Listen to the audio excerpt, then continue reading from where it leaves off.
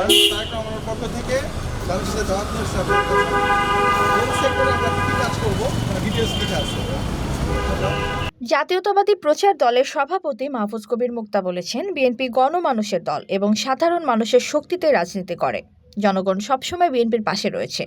৫ ফেব্রুয়ারি বৃহস্পতিবার ঢাকা ১৭ আসনে জাতীয়তাবাদী প্রচার দলের নির্বাচনী প্রচারণা শেষে এক পথসভায় তিনি এসব কথা বলেন। প্রচার দল সবসময় দেশ এবং জাতীয়তাবাদের আদর্শের পক্ষের শক্তি। এরা সবসময় প্রচার করে, সবসময় লড়াই করে। তার ধারাবাহিকতায় এই যে 17 বছর পরে যে ঈদের উৎসব, আমাদের আনন্দের উৎসব, আমাদের দীর্ঘ সংগ্রাম ঐতিহ্যের যে পুনরুত্থান হয়েছে, এই ভোট যুদ্ধে আমরা নেমেছি ধানের শীষের প্রতীক। সেই ধানের শীষের প্রতীকের প্রচারে আমরা মানুষের কাছে যাচ্ছি। বিএনপি গণমানুষের দল।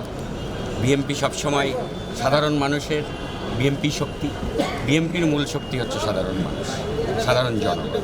আমরা জনগণের কাছে যাচ্ছি, জনগণের কাছে এই বার্তাটি পৌঁছে দিচ্ছি যে বিএনপি সরকার ক্ষমতায় আসলে বিএনপি রাষ্ট্র গঠনের দায়িত্ব পেলে কি করবে, কি ভূমিকা পালন করবে, তাদের উন্নয়নে কি ধরনের ভূমিকা গ্রহণ করবে, সে বার্তাগুলোই আমরা পৌঁছে দিচ্ছি। মাহফুজ কবির মুক্তা বলেন, স্বাধীনতার পর যেসব সুষ্ঠু ও অবাধ নির্বাচন হয়েছে সবগুলোতেই বিএনপির সংখ্যাগরিষ্ঠ ভোটে বিজয়ী হয়েছে। তিনি দাবি করেন, আন্দোলনের মাধ্যমে নেতৃত্ব দেয়া তারেক রহমানই আগামী দিনে প্রধানমন্ত্রী হবেন। তিনি আরও বলেন, কিছু প্রার্থী উদ্দেশ্য প্রণোদিতভাবে বিতর্ক সৃষ্টি করছে এবং নিজের অবস্থান পরিষ্কার না করে অন্য নেতার নাম ব্যবহার করছে।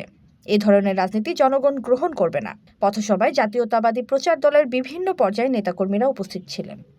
সাধারণ মানুষের দল বিএনপির রাজনীতির ভিত্তি হচ্ছে এদেশের সাধারণ নাগরিকবৃন্দ এবং জনগণ। আমরা জনগণের কাছে যাচ্ছি। আমরা নিশ্চয় জানি যে জনগণ সবসময় বিএনপির পক্ষে সমর্থন প্রকাশ করে। যখনই অবাধ, সুষ্ঠু, নিরপেক্ষ নির্বাচন হয় এদেশে, স্বাধীনতার পর যতগুলো সুষ্ঠু, অবাধ নির্বাচন হয়েছে সবগুলোই নির্বাচনে বিএনপি সংখ্যাগরিষ্ঠ ভোটে নির্বাচিত হয়েছে। কারণ এই দেশের জনগণ বিএনপিকে ভালোবাসে, এই দেশের জনগণ জাতীয়তাবাদের আদর্শকে ভালোবাসে। আজকে এই ঢাকা 17 আসনের জনগণের সৌভাগ্য মনে করি।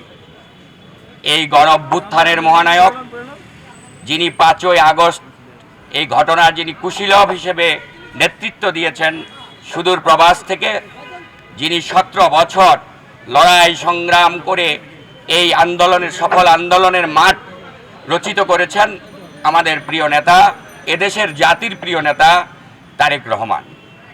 তিনি প্রধানমন্ত্রী হবেন।